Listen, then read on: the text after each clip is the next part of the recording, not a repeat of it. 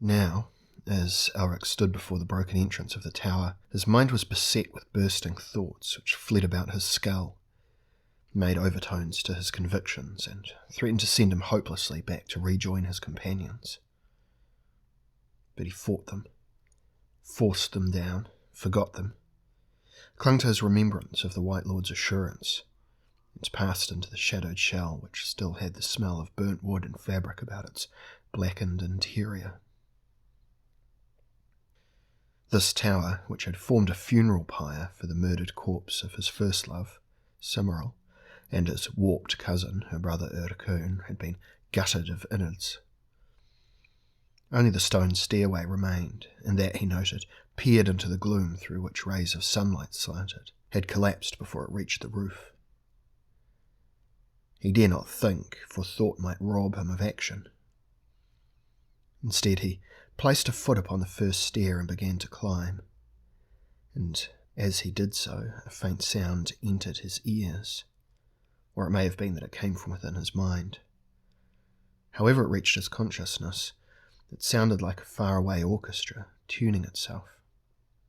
As he climbed higher, the sound mounted, rhythmic yet discordant, until by the time he reached the final step, still left intact, it thundered through his skull, pounded through his body, producing the sensation of dull pain.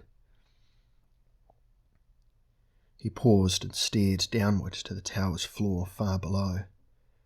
Fears beset him.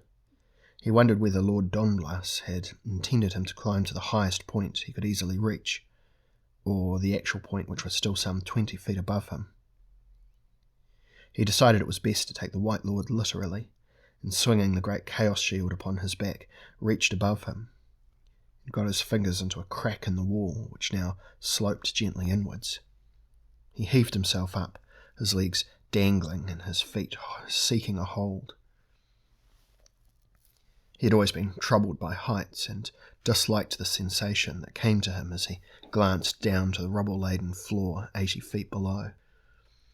But he continued to climb, and the climbing was made easier by the fissures in the tower's wall.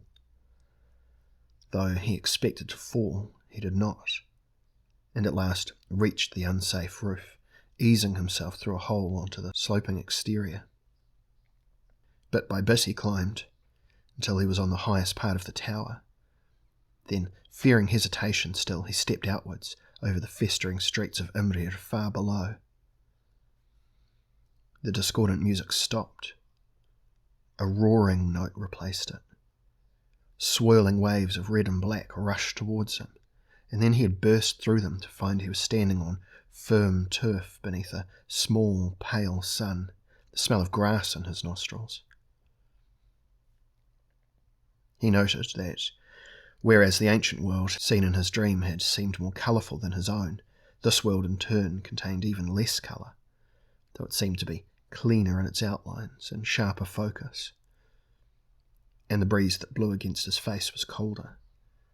He began to walk over the grass towards a thick forest of low, solid foliage which lay ahead. He reached the perimeter of the forest but did not enter, circumnavigating it, until he came to a stream that went off into the distance, away from the forest. He noticed with curiosity that the bright, clear water appeared not to move. It was frozen, though not by any natural process that he recognised. It had all the attributes of a summer stream, yet it did not flow.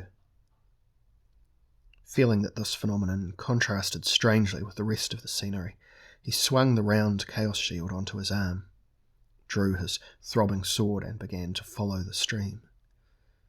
The grass gave way to gorse and rocks, with the occasional clump of waving ferns of a variety he didn't recognise. Ahead he thought he heard the tinkle of water, but here the stream was still frozen. As he passed a rock taller than the rest, he heard a voice above him. "Elric." There on the rock stood a young dwarf with a long brown beard that reached below his waist. He clutched a spear, his only weapon, and he was clad in russet breeks and a jerkin, with a green cap on his head and no shoes on his broad naked feet. He had eyes like quartz that were at once hard, harsh, and humorous. That's my name, Elric said quizzically. Yet if this be the world of the future, how is it you know me? I am not of this world myself. At least, not exactly. I have no existence in time as you know it, but move here and there in the shadow worlds that the gods make. It is my nature to do so. In return for allowing me to exist, the gods sometimes use me as a messenger. My name is Germaise the Crooked, as unfinished as those worlds themselves.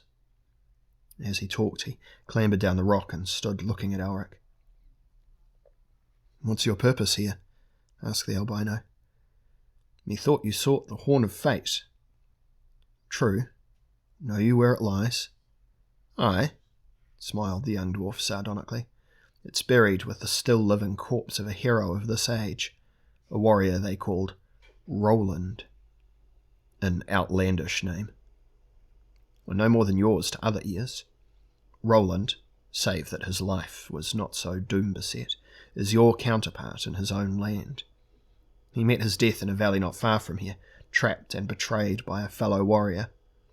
The horn was with him then, and he blew it once before he died.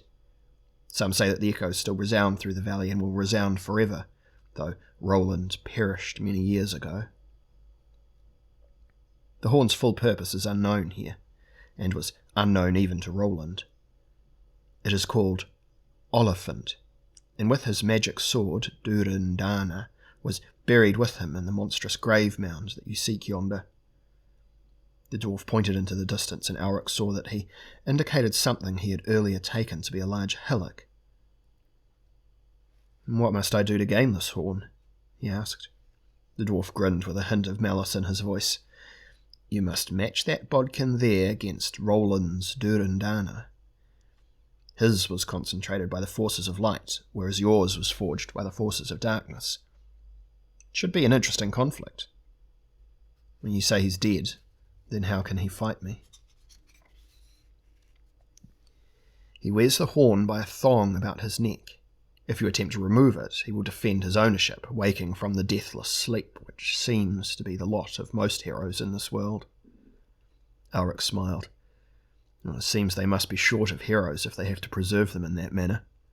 Yeah, perhaps, the dwarf answered carelessly, for there are a dozen or more who lie sleeping somewhere in this land alone. They are supposed to awaken only when a desperate need arises, yet I've known unpleasant things to happen, and still they have slept. Could be that they wait until the end of the world, which the gods may destroy if it proves unsuitable, in which case they will fight to prevent such a happening. It is merely a poorly conceived theory of my own and of little weight. The dwarf bobbed a cynical bow and, hefting his spear, saluted Elric. Farewell, Elric of Melniboné. When you wish to return, I will be here to lead you. And return you must, whether alive or dead, for, though you may not be aware of it, your very presence, your physical appearance here, contradicts this environment. Only one thing fits here. And what's that? Your sword. My sword? Strange. I should have thought that would be the last thing. He shook a growing idea out of his mind. He did not have time to speculate. I have no liking to be here, he commented as the dwarf clambered over the rocks. He glanced in the direction of the great burial mound and began to advance towards it. Beside him he saw that the stream was moving naturally, and he had the impression that, though law influenced this world, it was to some extent still forced to deal with the disrupting influence of chaos. The grave barrow, he could now see, was fenced about with giant slabs of unadorned stone. Beyond the stones were olive trees that had dull jewels hanging from their branches, and beyond them, through the leafy apertures, Elric saw a tall, curved entrance blocked by gates of brass and embossed with gold. Though strong, Stormbringer, he said to his sword, I wonder if you'll be strong enough to war in this world as well as giving my body vitality. Let's test you. He advanced to the gate and, drawing back his arm, delivered a mighty blow upon it with the rune sword. The metal rang and a dent appeared. Again he struck, this time holding the sword with both hands, but then a voice cried from his right. What demon would disturb dead Roland's rest? Who speaks the language of Melniboné? Elric retorted boldly. I speak the language of demons, for I perceive that is what you are. I know of no Melniboné, and I am well versed in the ancient mysteries. A proud boast for a woman, said Elric, who had not yet seen the speaker. She emerged then from around the barrow and stood staring at him from out of her glowing green eyes. She had a long, beautiful face and was almost as pale as himself, though her hair was jet black. What's your name? He asked. And are you a native of this world? I am named Vivian, an enchantress, but earthly enough. Your master knows the name of Vivian, who once loved Roland, though he was too upright to indulge her, for she is immortal and a witch. She laughed good-humouredly. Therefore I am familiar with demons of your like, and I do not fear you. Aroint thee, or I shall call Bishop Turpin to exorcise thee. Some of your words, said Elric courteously, are unfamiliar, and the speech of my folk much garbled. Are you some guardian of this hero's tomb? Self-made guardian, aye, now go. She pointed towards the stone slabs. That is not possible. Corpse within has something of value to me. The horn of fate we call it, but you know it by another name. Oliphant? But that's a blessed instrument, no demon would dare touch it. Even I. I am no demon. I am sufficiently human, I swear. Now stand aside, this cursed door resists my efforts too well. Aye, she said thoughtfully. You could be a man, though an unlikely one. But the white face and hair, the red eyes, the tongue you speak. Sorcerer I be, but no demon. Please, stand aside. She looked carefully into his face, and her look disturbed him. He took her by her shoulder. She felt real enough, yet somehow she had little real presence. It was as if she were far away rather than close to him. They stared at one another, both curious, both troubled. He whispered, What knowledge could you have of my language? Is this world a dream of mine, or of the gods? It seems scarcely tangible. Why? She heard him. Say you so of us? What of your ghostly self? You seem an apparition from the dead past. From the past. Aha, and you are in my future, as yet unformed. Perhaps that brings us to a conclusion. She did not pursue the topic, but said suddenly, Stranger, you will never break this door down. If you can touch Oliphant, that speaks of you as mortal despite your appearance, you must need the horn for an important task. Elric smiled. Aye, for if I do not take it back from whence it came, you will never exist. She frowned. Hints. I feel close to a discovery, yet I cannot grasp why. That's unusual for Vivian. Here, she took a big key from her gown and offered it to him.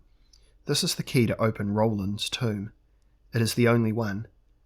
I had to kill to get it, but oft-times I venture into the gloom of his grave to stare down at his face and pine, that I might revive him and keep him living forever on my island home. Take the horn, rouse him, and when he has slain you, he will come to me in my warmth, my offer of everlasting life rather than lie in that cold place again. Go and be slain by Roland. He took the key. Thanks, Lady Vivian.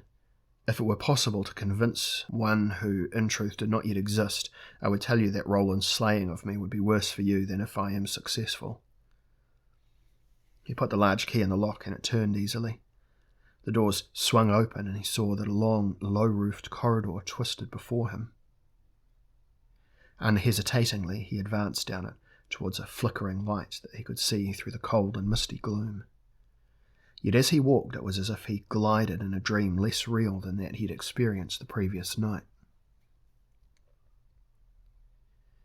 Now he entered the funereal chamber, illuminated by tall candles surrounding the bier of a man who lay upon it, dressed in armour of a crude and unfamiliar design. A huge broadsword, almost as large as Stormbringer, gripped on his chest, and upon the hilt, attached to his neck by a silver chain, the horn of fate, Oliphant. The man's face, seen in the candlelight, was strange, old and yet with a youthful appearance. the brow smooth and the features unlined. Elric took Stormbringer in his left hand and reached out to grasp the horn. He made no attempt at caution, but wrenched it off Roland's neck. A great roar came from the hero's throat. Immediately he had raised himself to a sitting position, the sword shifting into his two hands, his legs swinging off the bier. His eyes widened as he saw Elric with the horn in his hands, and he jumped at the albino, the sword Duradana whistling downwards towards Elric's head. He raised the shield and blocked the blow, slipped the horn into his jerkin, and backing away returned Stormbringer to his right hand. Roland was now shouting something in a language completely unfamiliar to Elric. He did not bother trying to understand, since the angry tones were sufficient to tell the knight was not suggesting a peaceful negotiation. He continued defending himself, without once carrying the offensive to Roland, backing inch by inch down the long tunnel towards the barrow's mouth. Every time Durandana struck the Chaos Shield, both sword and shield gave out wild notes of great intensity. Implacably, the hero continued to press Elric backwards, his broadsword whirling and striking the shield, sometimes the blade with fantastic strength. Then they had broken into daylight, and Roland seemed momentarily blinded. Elric glimpsed Vivian watching them eagerly, for it appeared Roland was winning. However, in daylight, and with no chance of avoiding the angered knight, Elric retaliated with all the energy he had been saving up until this moment. Shield high, sword swinging, he now took the attack, surprising Roland, who was evidently unused to this behaviour on the part of an opponent. Stormbringer snarled as it bit into Roland's poorly forged armour of iron, riveted with big, unsightly nails, painted on the front with a dull red cross that was a scarcely adequate insignia for so famous a hero. But there was no mistaking Durandana's powers, for, though seemingly as crudely forged as the armour, did not lose its edge, and threatened to bite through the Chaos Shield with every stroke. Elric's left arm was numb from the blows, and his right arm ached. Lord Donblas had not lied to him when he said that the strength of his weapons would be diminished on this world. Roland paused, shouting something, but Elric did not heed him, seized his opportunity and rushed in to crush his shield against Roland's body. The knight reeled and staggered, his sword giving off a keening note. Elric sprang at a gap between Roland's helmet and gorget. The head sprang off the shoulders and rolled grotesquely away, but no blood pumped from the jugular. The eyes of the head remained open, staring at Elric. Vivian screamed and shouted something in the same language which Roland had used. Elric stepped back, his face grim. "Oh, his legend! His legend!" she cried. "The only hope the people have is that Roland will someday ride once more to their aid. Now you have slayed him, fiend!" "Possessed I may be," he said quietly as she sobbed by the headless corpse, "but I was ordained by the gods to do this work. I'll take my leave of your drab world now. Have you no sorrow? Have you no sorrow for the crime you've done?" "None, madam, for this is only one of many such acts which I'm told serve some greater purpose. That I sometimes doubt the truth of this consolation need not concern you. Farewell." And he walked away from there, passed through the olive grove and the tall stones, the horn of fate cold against his heart.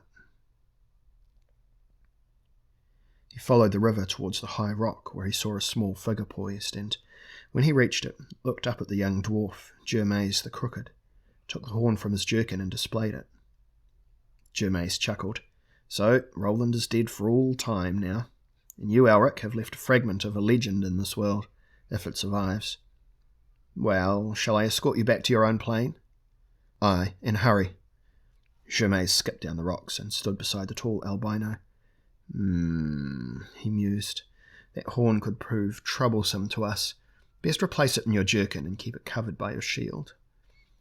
Elric obeyed the dwarf and followed him down to the banks of the strangely frozen river. It looked as if it should have been moving, but it was evidently not. Germaise leapt into it and incredibly began to sink. "Quickly, follow!" Elric stepped in after him and for a moment stood on the frozen water before he also began to sink. Though the stream was shallow, they continued to sink until all similarity to water was gone, and they were passing down into rich darkness that became warm and heavy-scented. Germaise pulled at his sleeve. "This way," and they shot off at right angles, darting from side to side, up and down, through a maze that apparently only Germaise could see. Against his chest the horn seemed to heave, and he pressed his shield to it. Then he blinked as he found himself in the light again, staring at the great red sun throbbing in a dark blue sky. His feet were on something solid. He looked and saw that it was the tower of Baal Nesbet. For a while longer the horn heaved as if alive, like a trapped bird, but after some moments it became quiescent. Elric lowered himself to the roof and began to edge down it until he came to the gap through which he had passed earlier. Then suddenly he looked up as he heard a noise in the sky. There, his feet planted on air, stood grinning Germaise the Crooked. "I'll be passing on, for I like not this world at all," he chuckled. "It has been a pleasure to have been a part in this. Goodbye, Elric. Remember me, the unfinished one, to the lords of the higher worlds. And perhaps you could hint to them that the sooner they improve their memories, or else their creative powers, the sooner I shall be happy." Elric said, "Perhaps you'd best be content with your lot, Germaise. There are disadvantages to stability too." Germaise shrugged and vanished. Slowly, all but spent, Elric descended the fractured wall and with great relief reached the first stair to stumble down the rest and run back to the tower of De Ardaputna with the news of his success.